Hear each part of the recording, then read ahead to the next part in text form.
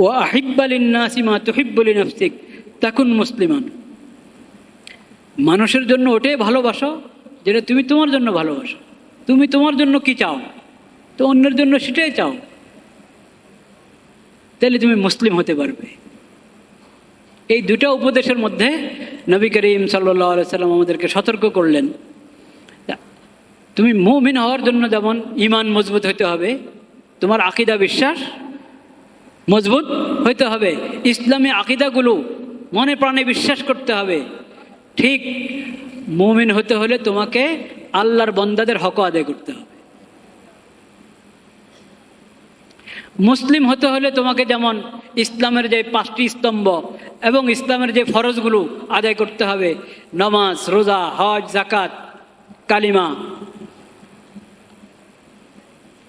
এই মৌলিক ইসলামের এই 5টি স্তম্ভ এবং আরও যা ফরজ আছে ওগুলো যেমন আদায় করতে হবে, আল্লাহর বান্দাদের বিষয়ে আল্লাহ যে হক তোমার উপর আরোপ করেছেন সে হকগুলো আদায় করতে হবে যদি তুমি কি চাও, মুসলিম হতে চাও। দুটো বার্তার মধ্যে প্রথম বার্তায় বললেন মানুষ তোমার প্রতিবেশীর প্রতি তুমি কি সদাচরণ করো, তার খেয়াল রাখো।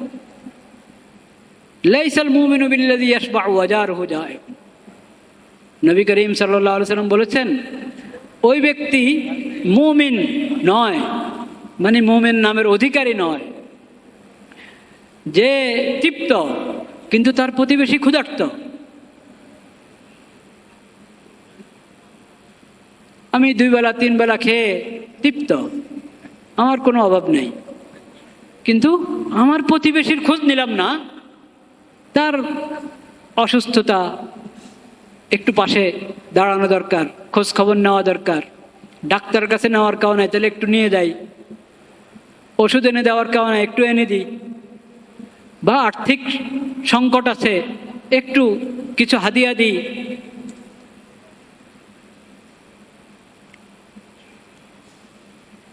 একবারে ঘরে খাবারে নাই কিন্তু আমার খবর নাই, তো একটু খাবার পাঠাই, একটু খাবার পাঠাই তার ঘরে, রান্না করা না হোক বাজারে করে দিলাম, বাজার করে না দিলাম একটু অর্থই দিয়ে দিলাম। প্রতিবেশীর হক, এই ব্যাপার আমাদের অনেক অবহেলা, বিশেষ করে ঢাকা শহরে অবহেলা। কেন জানেন? ঢাকা শহরে বেশিরভাগ তো ফ্ল্যাট বাড়ি, তো একটা টাওয়ারে কতগুলো করে এক এক ফ্লোরে কতগুলো ফ্ল্যাট থাকে, কতগুলো বাসা, পুরা টাওয়ারে কোনো টাওয়ার আছে না 100-র বেশি কি বাসা, সবার দরজা বন্ধ, সবার দরজা বন্ধ। ওই সিঁড়িতে আসতে যাইতে যদি দেখা হলো, আর না হয় কেউ কারো বাসায় যাওয়ার কোনো সূত্র নাই। যদি আত্মীয়তার সম্পর্ক থাকে দাওয়াত দিল, আসলো, বা বন্ধুত্বের সম্পর্ক আছে গেল, মানে প্রতিবেশী হিসাবে অন্য কোনো সম্পর্ক নাই। প্রতিবেশী কাকে বলে? প্রতিবেশী হলো, কারণ কোরআন কারিমে আল্লাহ রাব্বুল আলামিন আলাদা করে বলেছেন ওয়াল জারি দিল কুরবা, ওয়াল জারি, হ্যাঁ বলো,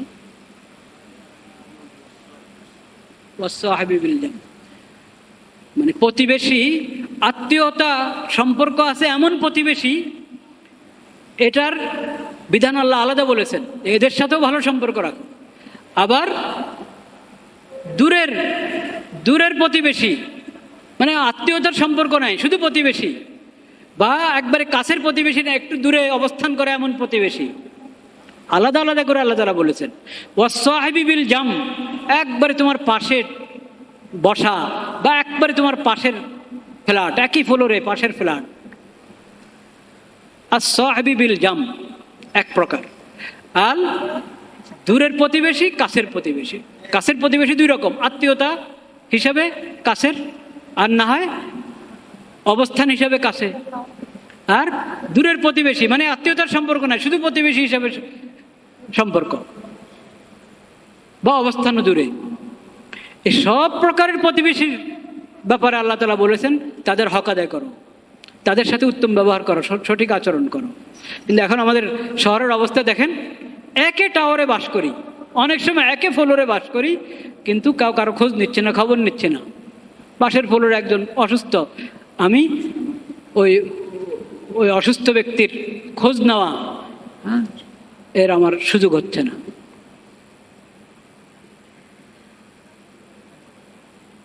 এমনি তো অসুস্থ ব্যক্তি প্রতিবেশী না, অসুস্থ ব্যক্তি তো যে কোনো অসুস্থ ব্যক্তিরই আমি সন্ধান পেলাম, খবর পেলাম, আমার সামর্থ্যে থাকলে তার খোঁজ খবর নেওয়া, তার সেবা যত্ন নেওয়া, এটা আমার দায়িত্ব। বিশেষ করে যদি জানি যে এ এমন রোগী যার খবর নেওয়ার কাউ নাই, যার পাশে দাঁড়ানোর কাউ নাই, তখন তো একবারই জরুরি হয়ে যায়। তো প্রতিবেশীর হক অনেক জবরদস্ত। নবী করিম সাল্লাল্লাহু আলাইহি সাল্লাম বলেছেন, জিবরিল আমিন ফেরেশতা আমাকে প্রতিবেশীর ব্যাপারে এত বেশি তাকিদ করেছেন, আমার মনে হলো নাকি তাদেরকে ওয়ারিসে বানিয়ে দেওয়া হয় কিনা। তো ওয়ারিস তো বানানো হয় নাই প্রতিবেশীকে, কিন্তু তার হক অনেক গুরুত্ব। আমাদের পূর্বপুরুষরা, আমাদের মনীষীরা, তারা প্রতিবেশীদের খবর রাখতেন, খোঁজ খবর রাখতেন। ومن سيئات أعمالنا من يهده الله فلا مضل له ومن يضلل فلا هادي له وأشهد أن لا إله إلا الله وحده لا شريك له وأشهد أن محمدا عبده ورسوله اللهم صل على سيدنا ومولانا محمد النبي الأمي وعلى آله وصحبه وسلم تسليما أما بعد فأعوذ بالله من الشيطان الرجيم بسم الله الرحمن الرحيم يا أيها الذين آمنوا اتقوا الله ولتنظر نفس ما قدمت لغد واتقوا الله إن الله خبير بما تعملون صدق الله مولانا العظيم وصدق رسوله النبي الكريم ونحن على ذلك من الشاهدين والشاكرين والحمد لله رب العالمين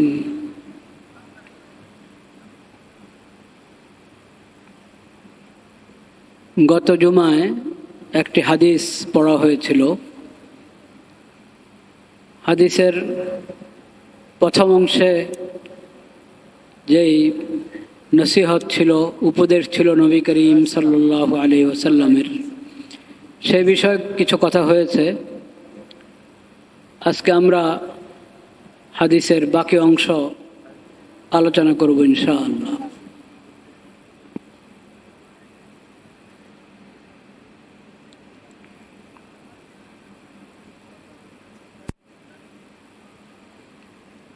হাদিসটি আবু হুরায়রা রাদিয়াল্লাহু তাআলা আনহু থেকে বর্ণিত। তিনি বলেন, নবী করিম সাল্লাল্লাহু আলাইহি সাল্লাম বলেছেন, ইত্তাকিল মাহারিমা তাকুন আ'বাদান নাস ওয়ারযা বিমা কাসামাল্লাহু লাক তাকুন আগনান নাস ওয়া আহসিন ইলা জারিক তাকুন মুমিনা ওয়া আহিব্বা লিন নাসি মা তুহিব্বু লিনাফসিক তাকুন মুসলিমা ওয়ালা তুকসিরিজ যিহকা ফাইন্না কাসরাতাজ যিহকি তুমীতুল কলব। হাদিসটি মুসনাদে আহমদ, সুনানে ইবনে মাজাহ সহ হাদিসের অনেক কিতাবে আছে, তিরমিজি শরীফও আছে। প্রথম অংশতে আমরা আলোচনা করেছি ইত্তাকিল মাহারিমা তাকুন আ'বাদান নাস। যত কিছু হারাম ও সব কিছু থেকে বেঁচে থাকো, দূরে থাকো। হারাম কথা, হারাম কাজ, হারাম চিন্তা, হারাম বিশ্বাস, যত কিছু আল্লাহ হারাম করেছেন, যা কিছু আল্লাহ হারাম করেছেন, যত অবৈধ অন্যায়, এসব কিছু থেকে দূরে থাকো, বেঁচে থাকো। তখন আবেদান নাস, তাহলে তুমি সবচেয়ে বড় আবেদ হবে, আল্লাহর সবচেয়ে বড় ইবাদত গুজার বান্দা হবে তুমি।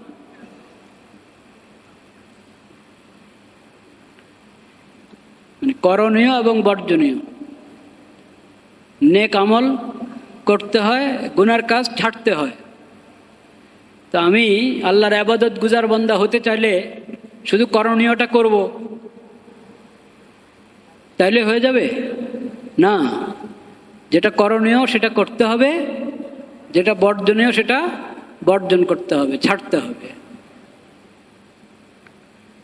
যেটা নেক আমল করার মতো করব, নেক আমল করলে সওয়াব লেখা হবে আমল নামায়, নেক আমল লেখা হবে, নেকি লেখা হবে। খালি এক নেকি, শুধু এক নেকি লেখা হবে নাকি? একটি নেক আমলের জন্য কয়টি নেকি লেখা হয়? 10টি নেকি। এটা হলো আল্লাহর নিয়ম। মান জাআ বিল হাসানাতি ফালাহু আশরু আমসালিহা। যে কোনো একটি নেক আমল করবে, আল্লাহ তাআলা তাকে এর সওয়াব দান করবেন 10 গুণ। এক নেকিতে 10 নেকি লেখা হচ্ছে। ওমান জাআ বিস-সাইয়্যাতি ফালা ইউজজা ইল্লা মিসলাহা।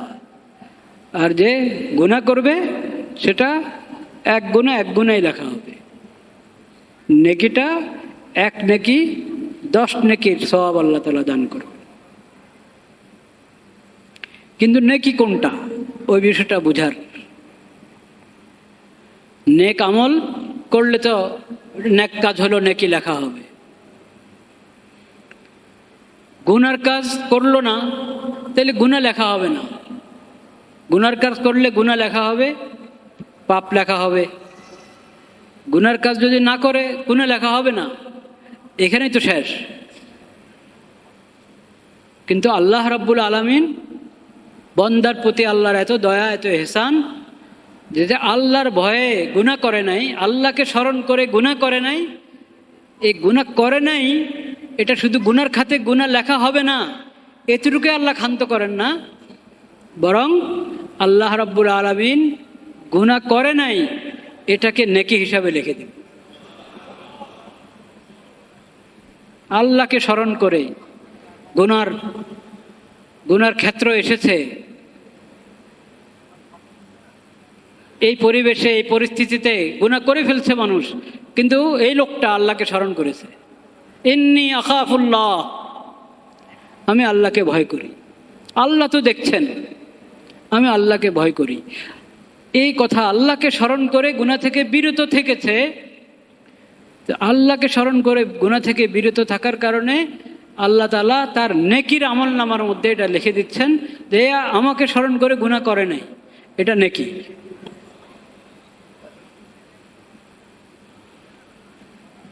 সেজন্য গুনাহ থেকে বেঁচে থাকা এটাই আপন জায়গায় একটা ইবাদত। নেক আমল করা যেমন ইবাদত, গুনাহ থেকে বেঁচে থাকাও কি ইবাদত।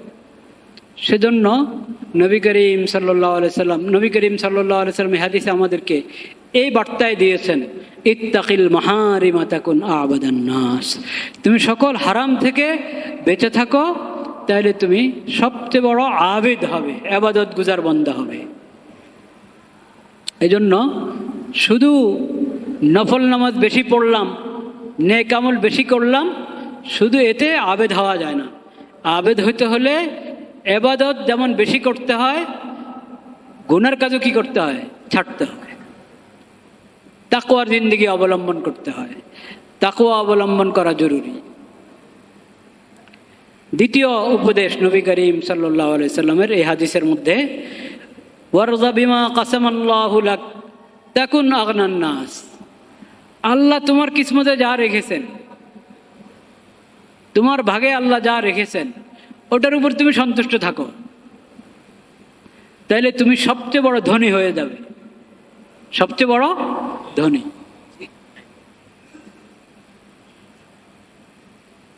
আল্লাহ আমার কিসমতে যা রেখেছেন, যা আল্লাহ দিয়েছেন, বাস এটার মধ্যে আমি সন্তুষ্ট থাকি। এই শিক্ষা গ্রহণ করতে হবে এবং এটার প্রশিক্ষণ নিতে হবে। আল্লাহর ফায়সালার উপরে সন্তুষ্ট থাকা, আল্লাহ কিসমতে যা রেখেছেন, আমার ভাগে যা রেখেছেন, যা আমি পেয়েছি আলহামদুলিল্লাহ। এটা এত সহজ না, এটার জন্য ফিকির করতে হয়, মেহনত করতে হয়, আল্লাহর কাছে চাইতে হয় যে আল্লাহ এই তৌফিক আমাকে দান করেন,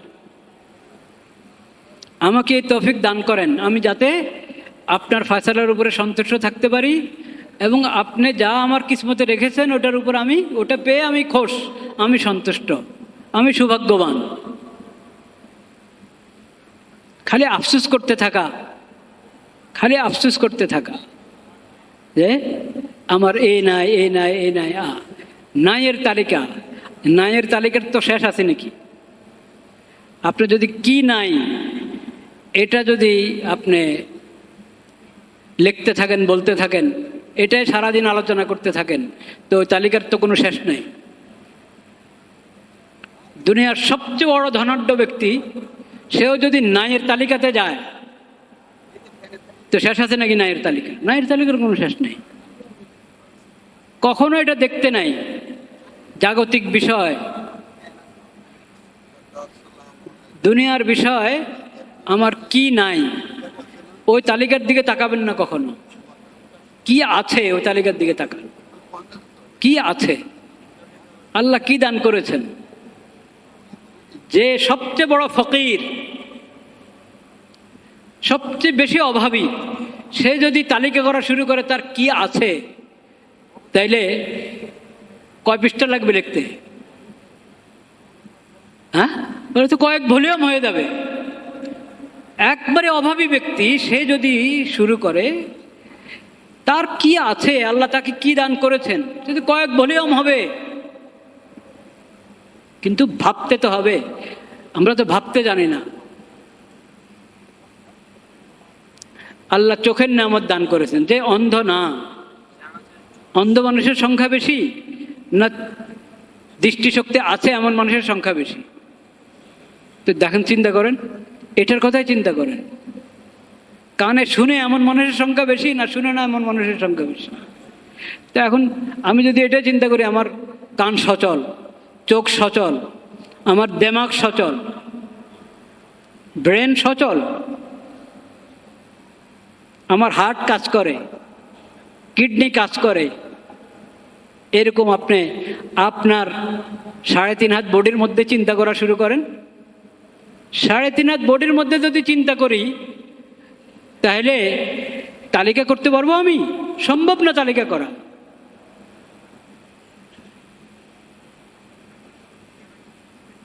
দেহর যাবতীয় অঙ্গ প্রত্যঙ্গের বিশেষজ্ঞ যে ডাক্তাররা, তাদের কম্পিউটার তো ধরবে না।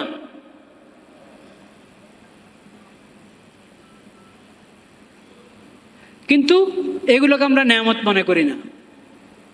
সবারই তো চোখ আছে, সবারই তো কান আছে, এগুলো তো স্বাভাবিক, আমি মানুষ হিসেবে তো এগুলো থাকবেই। পুরা আমার 3.5 হাত বডির মধ্যে আল্লাহর যত নেয়ামত আছে, লাখো নেয়ামত, সব এক কথা শেষ। এগুলো তো স্বাভাবিক বিষয়।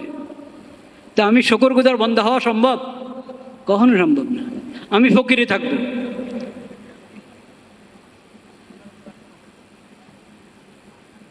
কত ধরনের রোগ ব্যাধি হতে পারে, আমার কয়টা রোগ আছে, এক এক হাসপাতালে গিয়ে দেখেন কত কঠিন কঠিন রোগী। সেই রোগীদেরও আবার ওই রোগ বাদ দিয়ে তাদের উপরও আল্লাহর অনেক কি আছে, এহসান আছে। সেই প্রসঙ্গে এখন গেলাম না। আমরা যারা সুস্থ, আমরাই আমাদের চিন্তা করি যে সুস্থতার এই নেয়ামত, যে নেয়ামতের মধ্যে হাজারো নেয়ামত লুকিয়ে আছে, এই নেয়ামতের কথা কয়বার স্মরণ করি?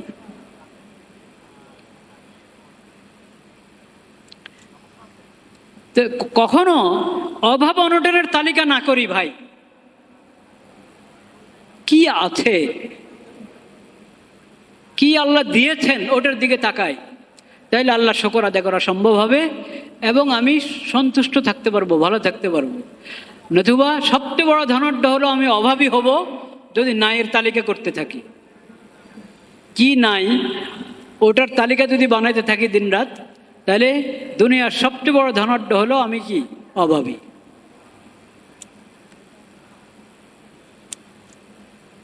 নবী করিম সাল্লাল্লাহু আলাইহি সাল্লাম বলেছেন, খায়রুল গিনা গিনান নফস, খায়রুল গিনা গিনান নফস।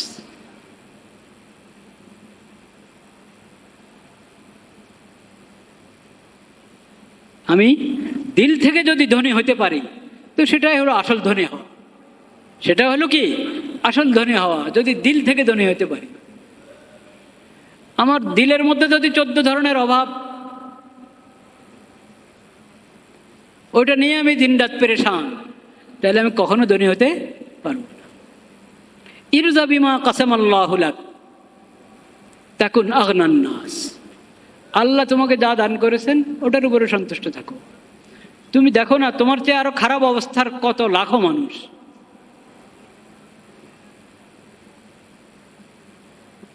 তোমার যতটুকু আছে এতটুকু নাই, এরকম লাখো মানুষ, কোটি মানুষ। ওটার দিকে কেন তাকাও না তুমি? তাহলে তুমি দেখবা যে না, আল্লাহ আমাকে দিয়েছেন, আল্লাহ আমাকে দিয়েছেন। তখন তুমি আল্লাহর শুকর আদায় করতে পারবা, এবং তখন তোমার এই মানসিক যে পেরেশানি, অভাব অনটনের কারণে যেই জ্বালাতন, যে যাতনা, ওটা অনুভব করবে না তুমি। ওয়া আহসিন ইলা জারিকা তাকুন মুমিনা।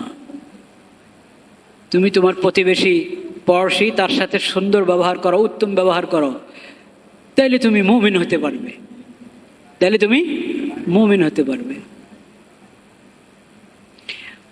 ওয়া আহিব্বা লিন-নাসি মা তুহিব্বু লিনাফসিক তাকুন মুসলিমান। মানুষের জন্য ওটাই ভালোবাসো যেটা তুমি তোমার জন্য ভালোবাসো। তুমি তোমার জন্য কি চাও, তো অন্যের জন্য সেটাই চাও, তাহলে তুমি মুসলিম হতে পারবে। এই দুটো উপদেশের মধ্যে নবী করিম সাল্লাল্লাহু আলাইহি সাল্লাম আমাদেরকে সতর্ক করলেন। তুমি মুমিন হওয়ার জন্য যেমন ঈমান মজবুত হতে হবে, তোমার আকীদা বিশ্বাস মজবুত হইতে হবে, ইসলামী আকীদাগুলো মনে প্রাণে বিশ্বাস করতে হবে। ঠিক মুমিন হতে হলে তোমাকে আল্লাহর বান্দাদের হক আদায় করতে হবে। মুসলিম হতে হলে তোমাকে যেমন ইসলামের যে 5টি স্তম্ভ এবং ইসলামের যে ফরজগুলো আদায় করতে হবে, নামাজ, রোজা, হজ, যাকাত, কালিমা, এই মৌলিক ইসলামের এই 5টি স্তম্ভ এবং আরও যা ফরজ আছে ওগুলো যেমন আদায় করতে হবে, আল্লাহর বান্দাদের বিষয়ে আল্লাহ যে হক তোমার উপর আরোপ করেছেন সে হকগুলো আদায় করতে হবে, যদি তুমি কি চাও? মুসলিম হতে চাও। দুটো বার্তার মধ্যে প্রথম বার্তায় বললেন, মানুষ তোমার প্রতিবেশীর প্রতি তুমি কি সদাচরণ করো, তার খেয়াল রাখো। লাইসাল মুমিনু বিল্লাযী ইয়াশবাউ ওয়া জারুহু জাইউন। নবী করিম সাল্লাল্লাহু আলাইহি সাল্লাম বলেছেন, ওই ব্যক্তি মুমিন নয়, মানে মুমিন নামের অধিকারী নয়, যে তৃপ্ত কিন্তু তার প্রতিবেশী ক্ষুধার্ত। আমি 2 বেলা 3 বেলা খেয়ে তৃপ্ত, আমার কোনো অভাব নেই, কিন্তু আমার প্রতিবেশীর খোঁজ নিলাম না, তার অসুস্থতা, একটু পাশে দাঁড়ানো দরকার, খোঁজ খবর নেওয়া দরকার, ডাক্তারের কাছে নেওয়ার কারণ নাই তাহলে একটু নিয়ে যাই, ওষুধ এনে দেওয়ার কারণ নাই একটু এনে দিই, বা আর্থিক সংকট আছে একটু কিছু হাদিয়া দিই।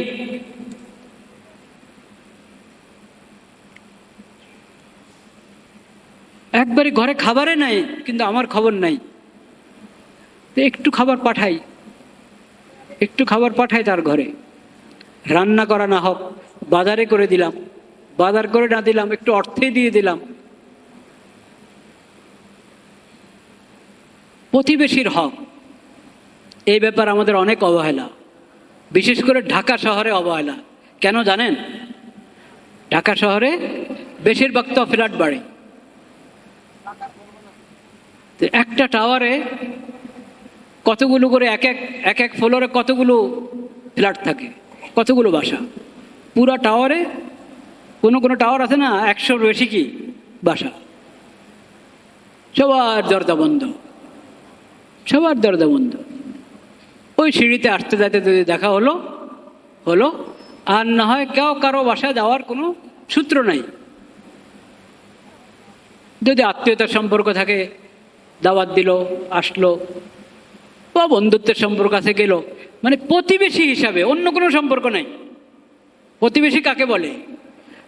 প্রতিবেশী হলো, কারণ কোরআন কারিমে আল্লাহ রাব্বুল আলামিন আলাদা করে বলেছেন, ওয়াল জারি দিল কুরবা, ওয়াল জারি, হ্যাঁ বলো,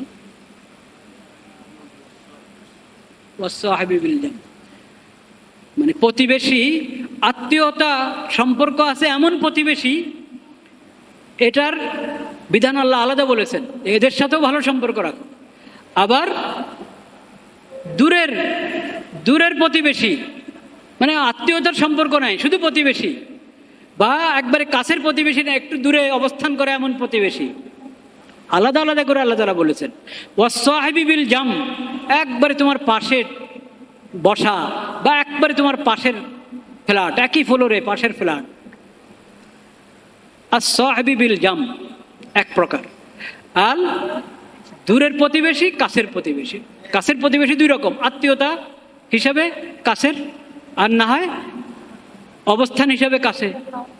আর দূরের প্রতিবেশী মানে আত্মীয়তার সম্পর্ক নাই, শুধু প্রতিবেশী হিসাবে সম্পর্ক, বা অবস্থানও দূরে। এই সব প্রকারের প্রতিবেশীর ব্যাপারে আল্লাহ তাআলা বলেছেন তাদের হক আদায় করো, তাদের সাথে উত্তম ব্যবহার করো, সঠিক আচরণ করো। কিন্তু এখন আমাদের শহরের অবস্থা দেখেন, একে টাওয়ারে বাস করি, অনেক সময় একে ফ্লোরে বাস করি, কিন্তু কারো খোঁজ নিচ্ছে না, খবর নিচ্ছে না। পাশের ফ্লোরে একজন অসুস্থ, আমি ওই অসুস্থ ব্যক্তির খোঁজ নেওয়া, এর আমার সুযোগ হচ্ছে না।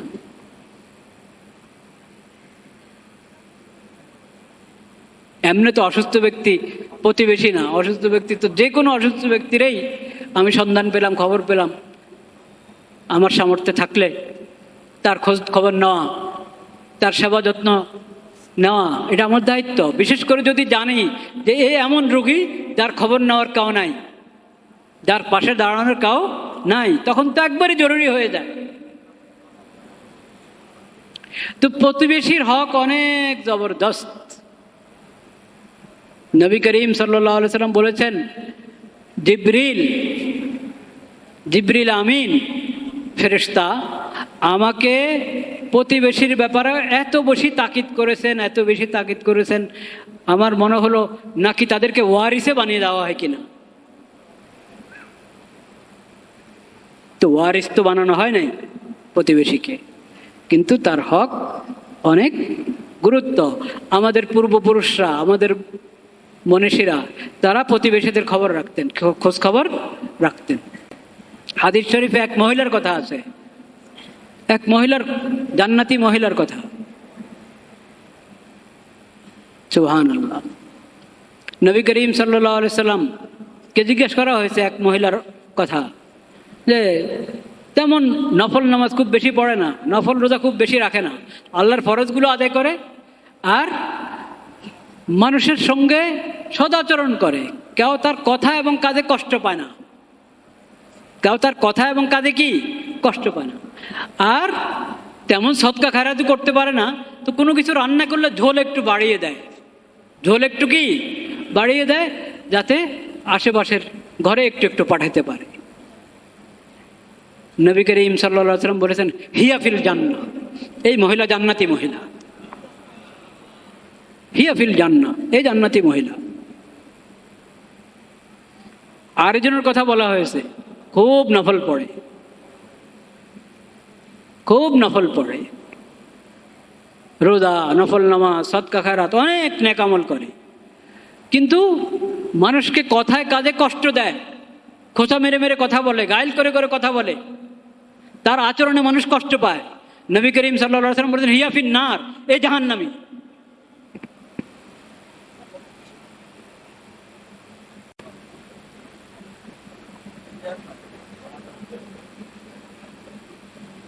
লা ইলাহা ইল্লাল্লাহ, লা ইলাহা ইল্লাল্লাহ। আহসিন ইলা জারিক তাকুন মুমিনা। তোমার প্রতিবেশীর সাথে সুন্দর ব্যবহার করো, পড়োশীর হক আদায় করো, তাহলে তুমি মুমিন হবে।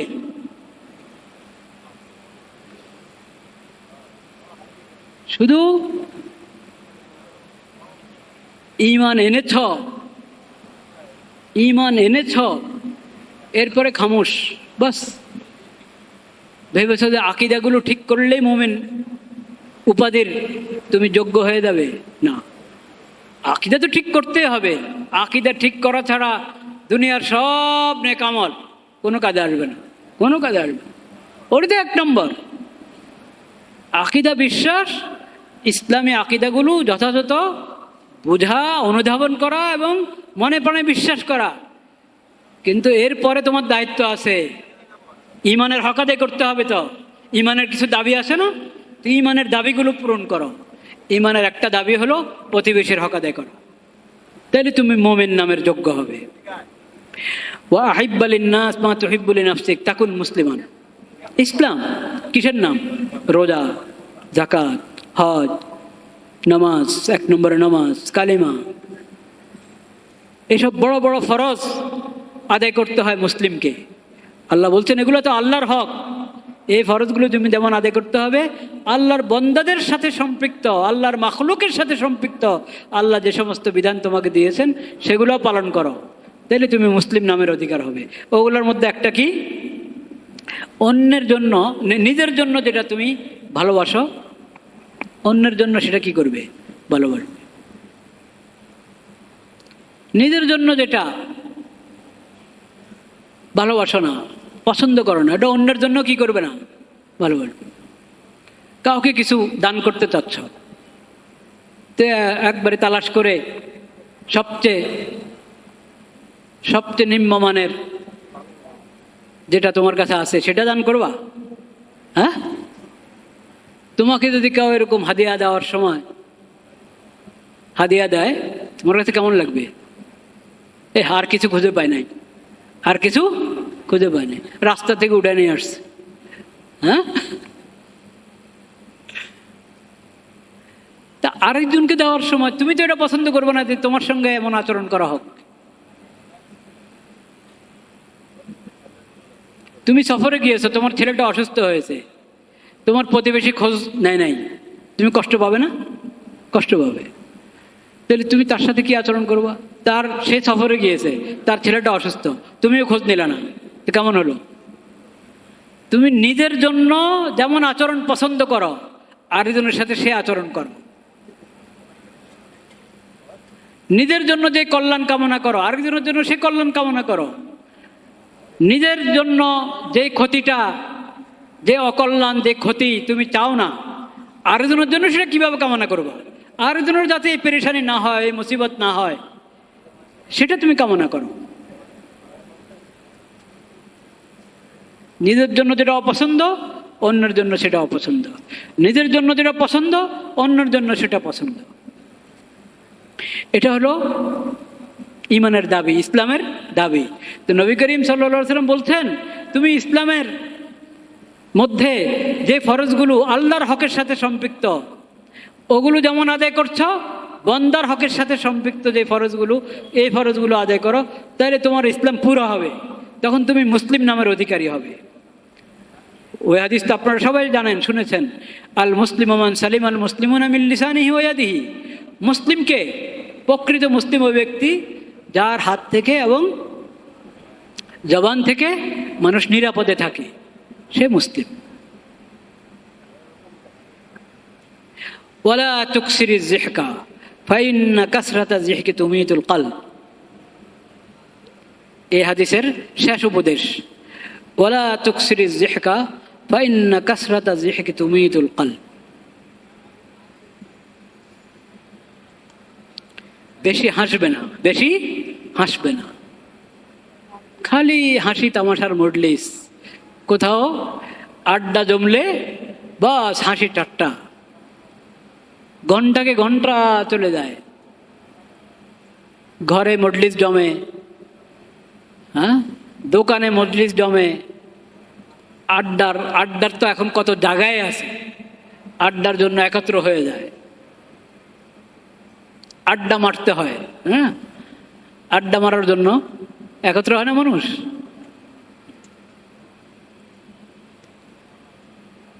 তো তুমি যদি এরকম মজলিস জমাও আর সেখানে খালি হাসি তামাশাই করতে থাকো, হাসতেই থাকো,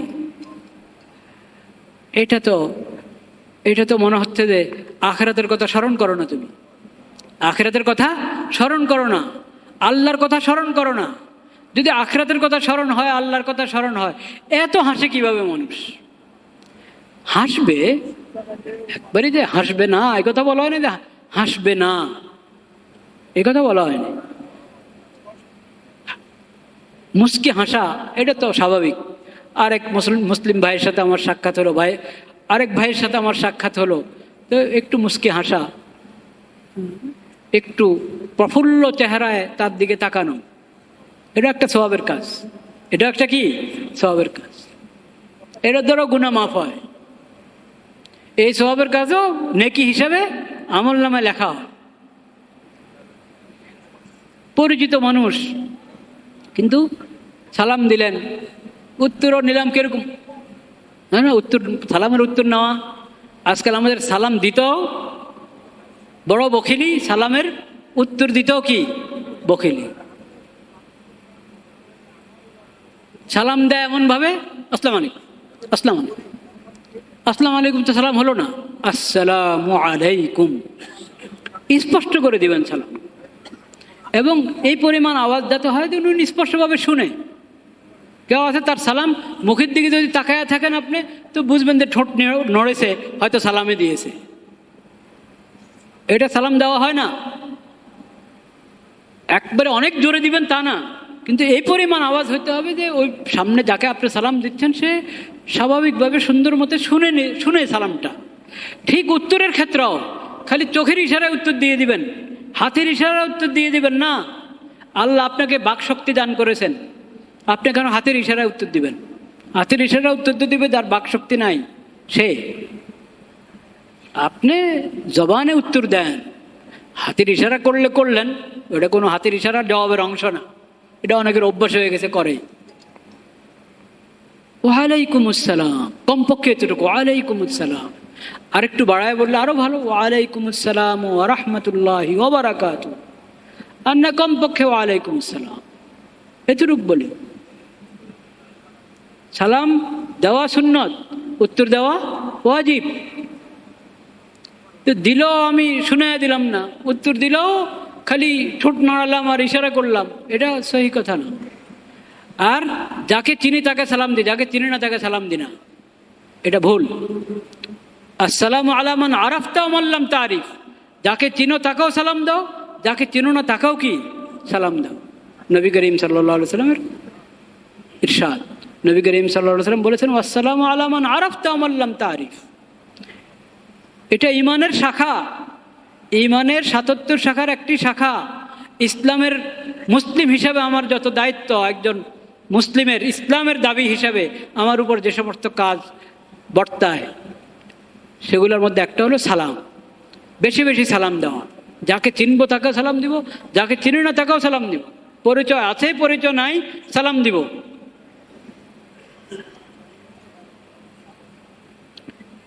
আর আগে আগে সালাম দেওয়ার চেষ্টা করো। আল বাদিউ বিসসালাম বারিউম মিনাল কিবর। আগে আগে সালাম দেওয়ার চেষ্টা করো, সালামের অপেক্ষায় থাকবো না। যদিও সাধারণত ছোটরা বড়কে সালাম করবে, ছোট আগে আগে সালাম দেওয়ার চেষ্টা করবে। সে যদি এত দেরি করে সালাম দিতে, যে মুরব্বী নিজেই সালাম দিয়ে দিচ্ছেন, তো এটা কেমন হবে? কিন্তু মুরব্বীর মেজাজ ওটা থাকতে হবে যে আমাকে সে সালাম দিল না দিলে আমি অবশ্যই কি দেব, সালাম দেব।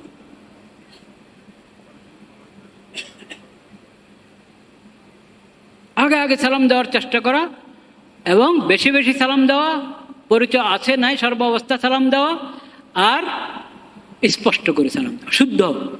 এবং স্পষ্ট করে সালাম, এটার আমরা খেয়াল রাখবো। সালামের কথাটা এসেছে কোথায়, কি জন্য আসলো? লা ইলাহা ইল্লাল্লাহ। আচ্ছা, যাই হোক, তাই সালাম এটা ওই যে বললাম না যে ইমানের শাখা নিয়ে আমরা আলোচনা করবো ইনশাআল্লাহ। আল্লাহ কি কি ফরজ করেছেন, আল্লাহ কি কি হারাম করেছেন, ধারাবাহিক আল্লাহ যদি তৌফিক দেন আস্তে আস্তে আলোচনা হবে ইনশাআল্লাহ, শুরু হবে। এই হাদিসটা যেহেতু গত মজলিসে এসেছিল, গত জুমায়, সেজন্য এটা শেষ করলাম। শেষ কথা বলেছেন নবী করিম সাল্লাল্লাহু আলাইহি সাল্লাম, বেশি হাসবে না, বেশি হাসবে না। কারণ যদি অনেক বেশি হাসতে থাকো তাহলে তোমার অন্তর মরে যাবে, অন্তর মরে যাবে।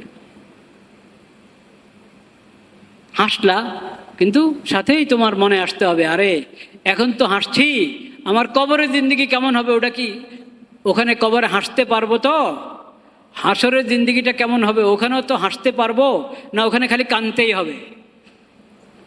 যদি কবরের জিন্দেগি এমন বানাচ্ছি যে কবরে কাঁদতে হয়, হাসরে কাঁদতে হয়, তো আমি তো হাসার কে? এটা তো হাসার অধিকার নেই আমার। কবরের কথা স্মরণ করো, আখিরাতের কথা স্মরণ করো, তাহলে হাসিটা কমবে।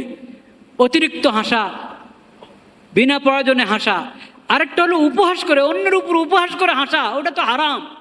ওটা তো কি হারাম। আল্লাহ তাআলা আমাদেরকে হেফাজত করেন। ওয়া আখিরু দাওয়ানা আলহামদুলিল্লাহি রাব্বিল আলামিন।